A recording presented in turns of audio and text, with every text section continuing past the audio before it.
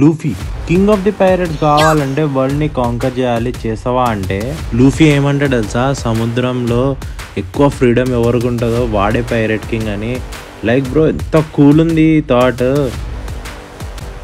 So guys, ఈ వీడియోలో నేను ఈ జాపనీస్ కార్టూన్ అదే యానిమీ ఎందుకు చూడాలో నా వర్జన్లో ఎక్స్ప్లెయిన్ చేస్తా. One of the main reason ఈ యానిమీలో ఎందుకు చాలామంది కనెక్ట్ అవుతారంటే దీంట్లో ఉండే స్టోరీస్ లైక్ చాలా రిలేటబుల్ ఉంటాయి. స్టోరీ కాకపోయినా కానీ కొన్ని సీన్స్ మాత్రం టూ మచ్ రిలేటబుల్ ఉంటుంది. నరుటో అని ఒక పాపులర్ యానిమీ ఉంటుంది, మోస్ట్లీ అందరు చూసిండొచ్చు. బట్ చెప్తున్నా, స్టోరీ పక్కన పెడితే నరుటో అనే క్యారెక్టర్ వాడు ఎట్లా అంటే ఫ్రెండ్స్ గ్రూప్ ఉన్నప్పుడు, క్లాస్మేట్స్ ఉన్నప్పుడు వాడు ఊరికే లెఫ్ట్ అవుట్ ఫీల్ అవుతూ ఉంటాడు.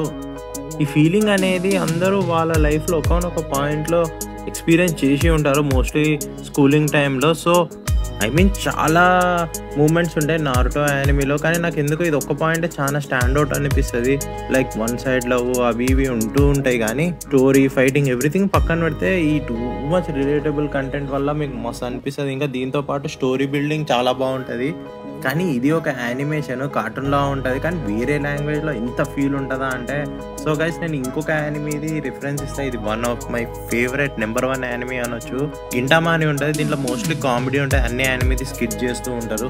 దీంట్లో ఎంత రిలేటబుల్ కామెడీ ఉంటుంది అంటే ఓన్లీ రిలేటబులే కాకుండా దీంట్లో మెయిన్ క్యారెక్టర్ గింటోకి అని ఉంటాడు. వాడు సడన్గా డీప్ ఫిలాసఫికల్ కోడ్స్ వదులుతూ ఉంటాడు. నాకు అది వినగానే ఇట్లా ఫ్యాన్ అయిపోయినా.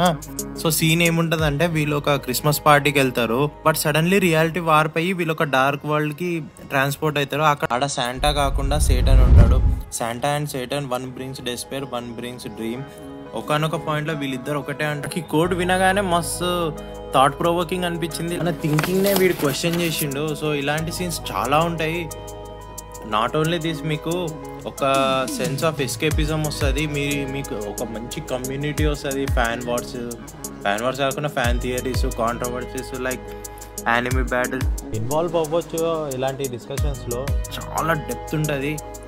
అండ్ దీంట్లో అన్ని రకాలు ఉంటాయి. 18+ ఉంటుంది, రొమాన్స్ ఉంటుంది, సైఫై అన్నీ.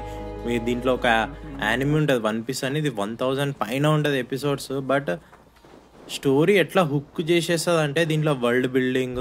వన్ పీస్ లాంటి కొన్ని యానిమీ ఎట్లా అంటే వరల్డ్లో ఉన్న సెన్సిటివ్ టాపిక్స్ని ఒక ఫిక్షనల్ వేగా చాలా బాగా ఎక్స్ప్లోర్ చేస్తారు. నాకు అనిపిస్తుంది ఇంత ధైర్యం మన మెయిన్ స్ట్రీమ్ మీడియా కూడా చేయకుండొచ్చు. వాడు అంత సెన్సిటివ్ టాపిక్ని డిస్కస్ చేస్తుంటాడు. నాట్ ఓన్లీ వన్ పీస్, చాలా యానిమీస్ ఉంటాయి ఇట్లా. కానీ ఇలాంటి స్టోరీ ఎక్స్పీరియన్స్ చేయాలంటే 1000 ఎపిసోడ్ చూడాల్సిన అవసరం కూడా లేదు. చాలా 12 ఎపిసోడ్ యానిమీ కూడా ఉంటాయి, షార్ట్ యానిమీస్. కానీ నేను మాత్రం ఒకటి చెప్తాను, Naruto series, One Piece series మీరు ఒకవేళ కంప్లీట్ చేస్తే ఖచ్చితంగా మర్చుకొనుకుంటారు. డీపీ అయితే చేంజ్ అవుతుంది, అంత పవర్ఫుల్ ఉంటుంది, అంత ఇంపాక్ట్ చేస్తుంది మీ లైఫ్ని. చలో, ఓకే, బాయ్.